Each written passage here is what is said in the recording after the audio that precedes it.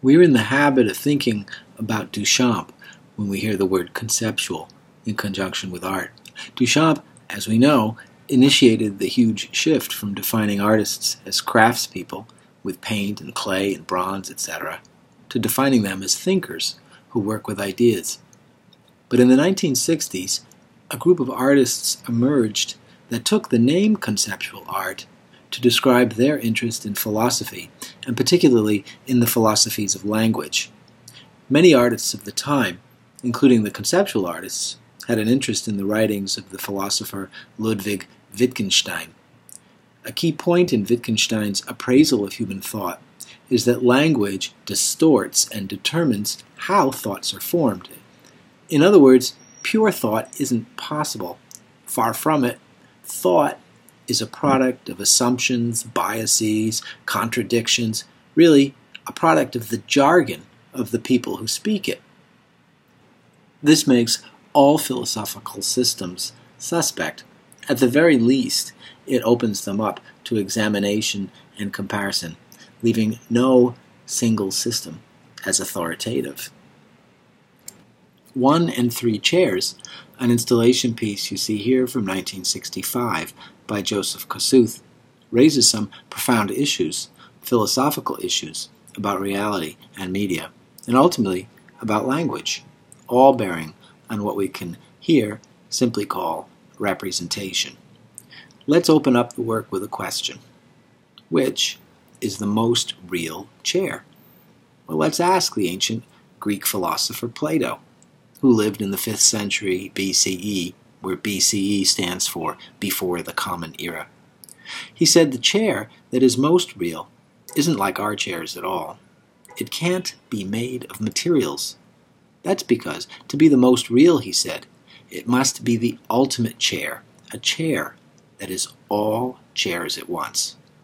If it were, say, made of wood with 4 legs, then a metal chair on a swivel or an ivory throne on a pedestal, etc., etc., well, all those different kinds of chairs wouldn't be chairs.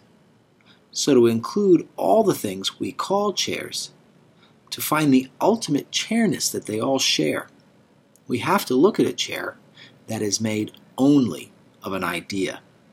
Such a chair, an idea chair, is the same everywhere in the universe for all time. It never breaks, it never rots, it never changes the way that material objects in our world do.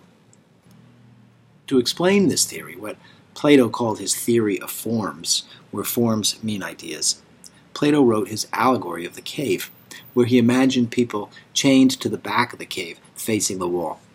All they ever see of the outside reality beyond the cave are the shadows of the things there, the shadows that are cast onto the back wall of the cave. A shadow, he said, is to a three-dimensional object as a wooden chair is to the idea of a chair. The wooden chair is a mere shadow, a flat, undetailed version of an idea that is rich and full. For Plato, that world of ideas was the ultimate reality, and we can never visit that world because we come from a world of materials, and we are material ourselves. We are stuck in the cave unless we use the power of our mind to imagine that better world of ideas. So if you want to understand what the ideal chair looks like, you have to think abstractly, not about particulars. About Joseph Kosuth's work, then, Plato would say the definition is the real chair, not the photograph, and not the chair itself, the definition.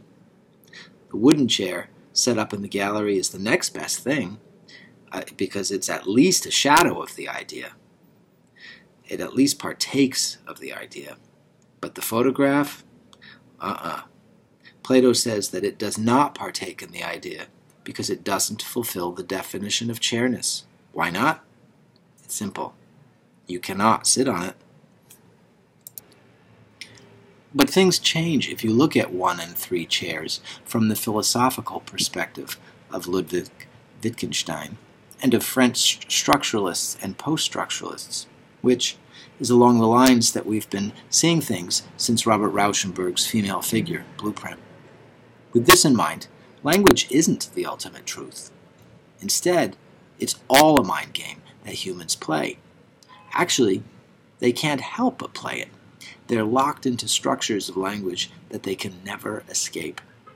Take the word cat, for example. For a community of English speakers, the word cat has a conceptual structure behind it. That's its definition, and it means fluffy pet. For a community of Middle English speakers during the medieval period, their word for cat had a different structure. It meant, say, witch. For ancient Egyptians, their word cat conjured thoughts of a goddess. Maybe if we have terrible economic times, our word cat will change meaning too. It will conjure other thoughts.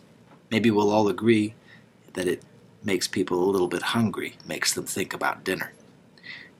But all along, the cat doesn't know what it is. It doesn't even know that it's called a cat.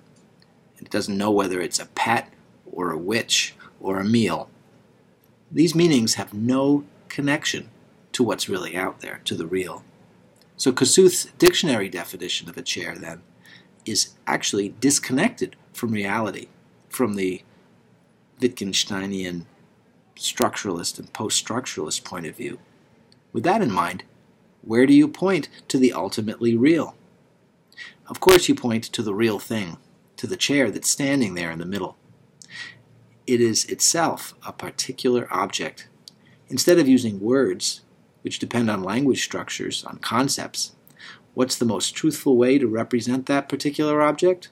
How do you get its dents and cracks and creases and puckered varnish and all the rest?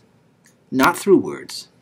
You do it with a photograph or a blueprint, something that couldn't have been made without that specific chair that's actually standing there. With the photo on one side, the definition on the other, Kossuth pits the two philosophical systems against each other. Finally, Kossuth's piece is itself only an idea, a set of instructions for a museum to follow when they want to recreate it for exhibition. The directions tell the curator to go get a chair, any chair, and to take a photograph of it, so that the photographic image of the chair is the same size as the chair itself, and so that it hangs at the same level as the photograph of the dictionary definition. That means that the work changes each time it's shown. In other words, the piece Kossuth made remains the same even as its appearance, its form, changes. Kossuth's was the ultimate rejection of Greenberg's formalism.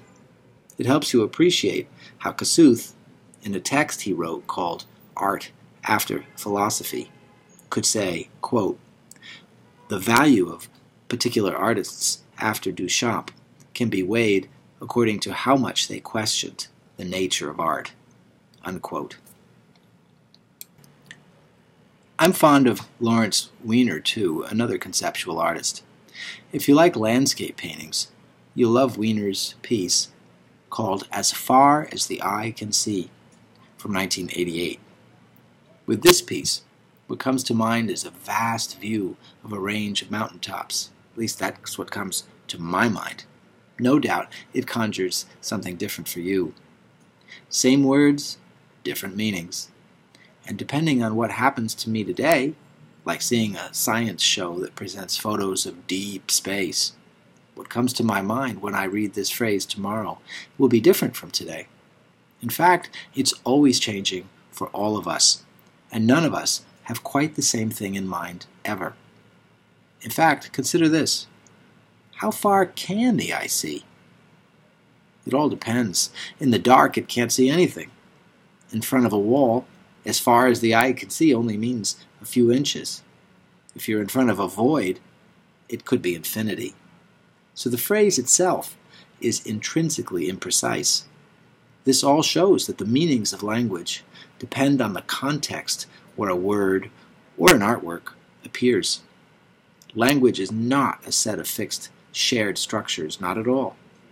This view is called post-structuralism. Weiner's piece is interesting in other ways. By focusing on the eye, but withholding any image. He's suggesting the unimportance of vision here, and to all concept-based art. That sounds like Duchamp and his rejection of, quote, retinal-based, unquote, art for an art of ideas. Finally, consider the phrase, as far as the eye can see. If you say it, well, you certainly didn't invent it. It's a cliché. It's an example of the way that you don't invent language at all. Language exists before you, and it will exist after you. You are just the empty vessel that is filled by the words of your language. You can say, I love you, I really do. And those are words that millions and millions of other people have also said. So when you say them, are you special? From a structuralist and post-structuralist point of view, the answer is no. The words shape how you see the world. They give you your beliefs, your attitudes, your values, none of which are actually yours. They are possessions of the language, of the culture. It's certainly a didactic piece, Wiener's piece here, one that teaches you something. Maybe that's why he chose such a plain, unromantic, education-style lettering.